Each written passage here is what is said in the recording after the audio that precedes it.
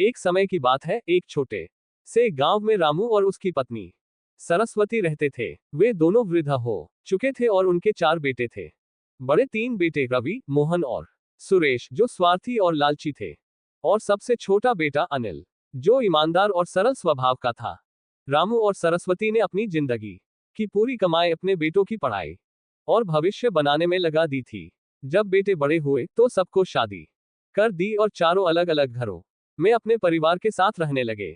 रामू और सरस्वती को उम्मीद थी कि उनके बेटे बुढ़ापे में उनकी देखभाल करेंगे, लेकिन 3 बड़े बेटों ने धीरे धीरे उनसे दूरी बनानी शुरू कर दी। रवि, मोहन और सुरेश हमेशा अपनी संपत्ति बढ़ाने और अधिक पैसे कमाने में लगे रहते थे। उनके मन में माता पिता के प्रति कोई आदर या स्नेह नहीं था। वे सोचते थे कि रामू और सरस्वती अब बूढ़े हो चुके हैं और उनके पास अब कोई उपयोग नहीं है। जब भी रामू और सरस्वती मदद मांगते, तीनों बेटे बहाने बनाकर टाल देते थे। दूसरी ओर अनिल हमेशा अपने माता पिता की सेवा करने के लिए तैयार रहता था। वह जानता था कि बुढ़ापे में माता पिता को अधिक ध्यान और देखभाल की जरूरत होती है। वह अपने छोटे से घर में माता पिता को बुलाता और उनका ख्याल रखता था। हालांकि अनिल के पास ज्यादा पैसे नहीं थे, लेकिन उसका दिल सोने का था। रामू और सरस्वती को अपने छोटे बेटे पर गर्व था, लेकिन वे अपने बड़े बेटों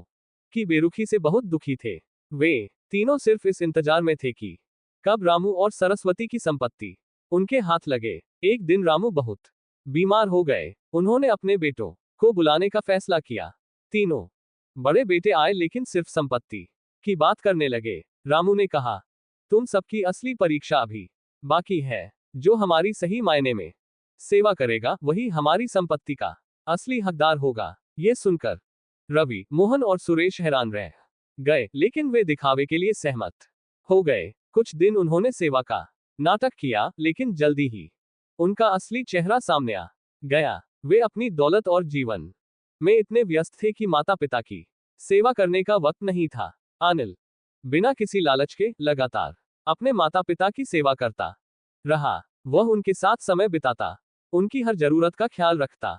धीरे धीरे रामू की हालत सुधरने लगी। उन्होंने अपने बेटों को फिर से बुलाया और कहा, हमने देख लिया कि किसने हमारी सच्ची सेवा की। हमारी संपत्ति का असली हकदार अनिल है।